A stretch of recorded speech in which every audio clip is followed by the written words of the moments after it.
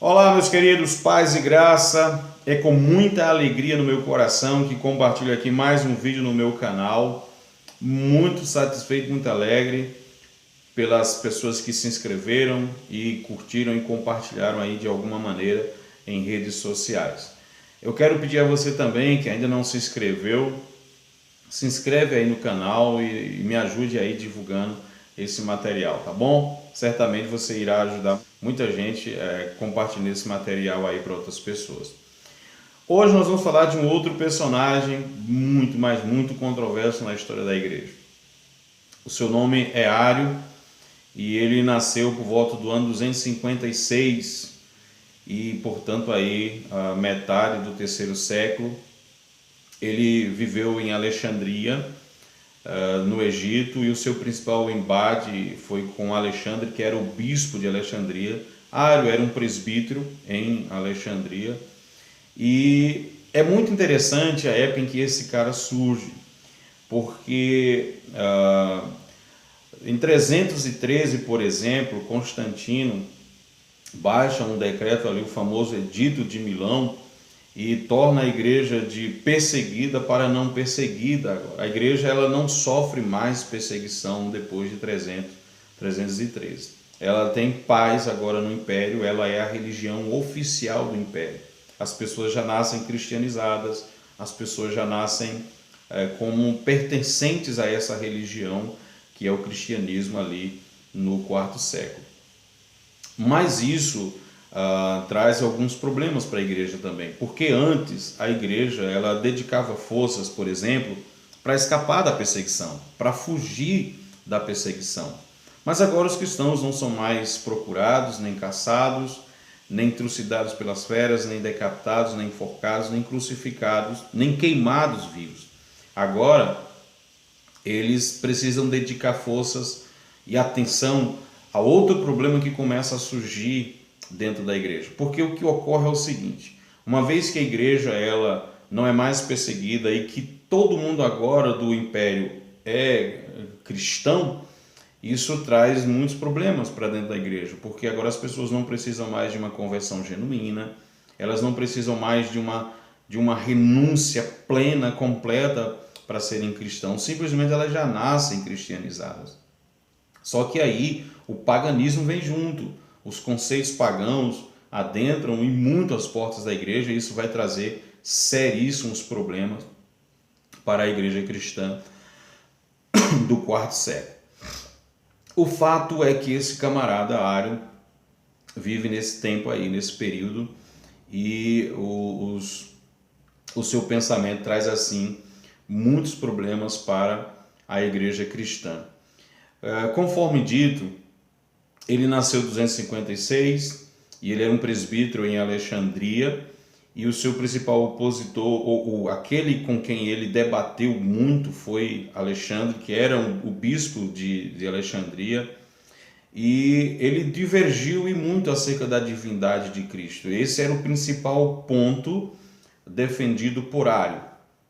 A ortodoxia cristã sempre defendeu que Jesus Cristo é eternamente Deus, que ele não teve uma origem no tempo, que ele não teve um início, que ele não foi criado, ele não foi gerado. Porém, Ário pensava absolutamente diferente do que acreditava a ortodoxia cristã. Para ele, Jesus Cristo teve um início, Jesus Cristo não era eterno, Jesus Cristo foi um filho criado por Deus, ele teve uma origem no tempo. Ele não sabia explicar especificamente o momento dessa origem em que se originou o Filho de Deus. Justo Gonzalez, que escreveu 3 livros sobre a história do pensamento cristão, no seu primeiro volume ele descreve aí vários pensamentos heréticos que surgiram ao longo da história, e dentre eles está o arianismo, e ele descreve o pensamento de Ário de uma forma resumida, e ele diz assim, abre aspas para o que Justo Gonzalez afirma sobre o pensamento do arianismo. Ele diz assim: de acordo com essa interpretação, o ponto de partida do arianismo é um monoteísmo absoluto, de modo que o Filho não pode ser uma emanação do Pai, ou uma parte de sua substância, ou um outro ser semelhante ao Pai, pois qualquer dessas possibilidades ou negaria a unidade ou a natureza imaterial de Deus. O Filho não pode existir sem um começo, pois dessa forma seria um irmão do Pai e não um filho. Por isso, o Filho tem um começo e foi criado ou feito pelo Pai do nada. Antes de tal criação, o Filho não existia. É, portanto, incorreto afirmar que Deus é eternamente Pai. Bom, aqui você tem o Justo Gonzalez descrevendo como era, de forma resumida, o pensamento do arianismo. E claramente nesse pensamento se vê a negação da eternidade do Filho de Deus. Então, de uma forma bem clara, Ário defendia que Jesus Cristo não é eterno. Ele teve uma origem, ele teve um início no tempo, ele teve um princípio, ele foi gerado, ele foi criado. Ele não era da mesma substância de Deus, não podia ser da mesma substância, por isso não podia ser, senão seria considerado, se fosse mesma substância, ele seria considerado um irmão do Pai e não um filho. É isso que descreve aqui Justo Gonzalez no seu pensamento sobre as ideias de Ário.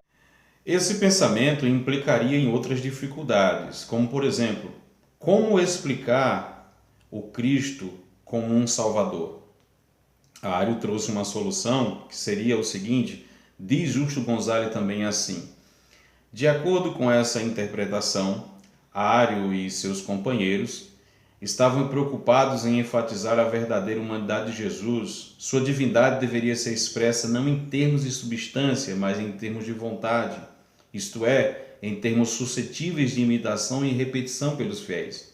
A partir dessa perspectiva, a principal preocupação de Ário era explicar o Salvador em termos tais que o tornassem possível de ser imitado.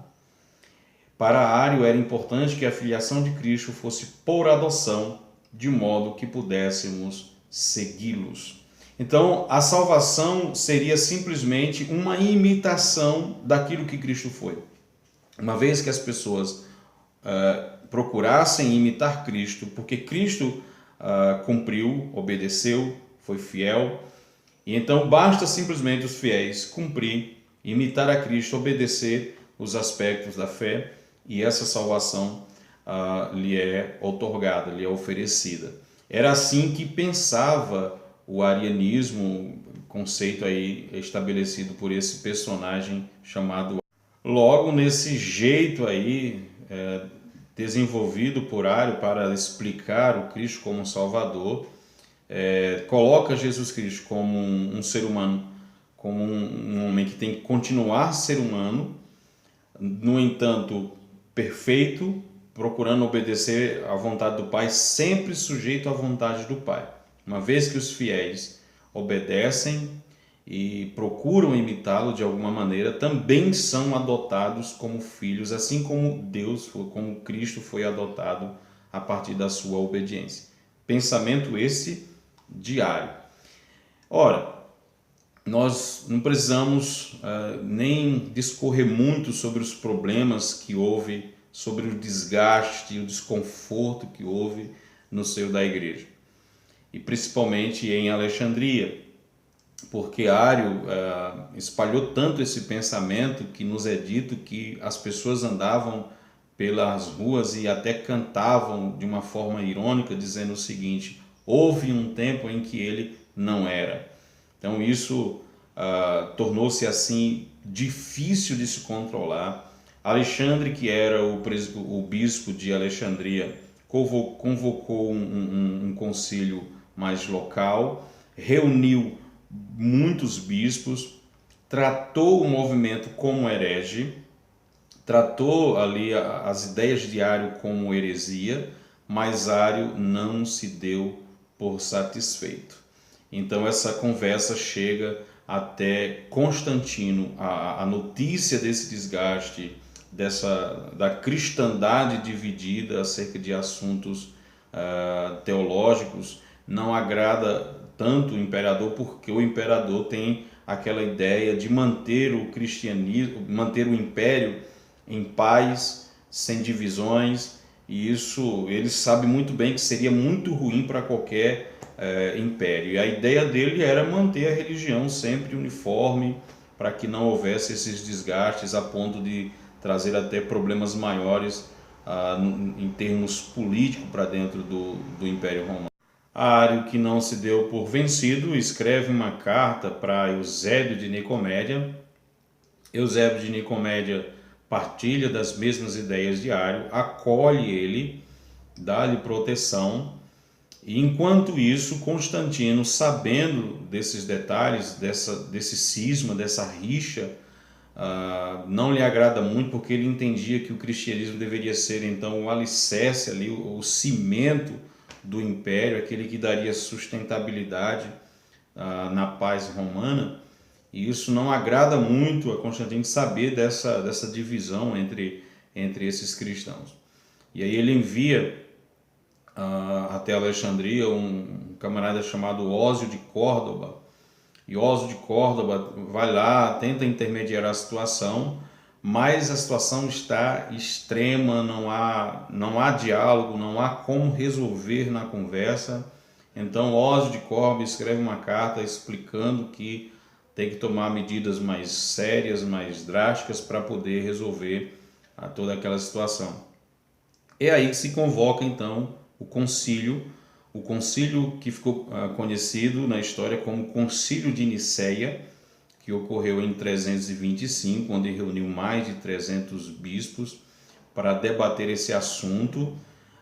Todavia, Ário não pôde estar presente no concílio, porque ele não era bispo, ele era presbítero, mas ele tem seu representante ali, Eusébio de Nicomédia, e certamente alguns outros seguidores que estão ali para tratar desse assunto. Bom, entre outras coisas, o concílio decide tratar o movimento arianismo como um herege e excomungar Ário do seu cargo e tratar esse movimento de uma vez por todas como herege. E definir, mais uma vez, reforçar aquilo que já era defendido pela igreja.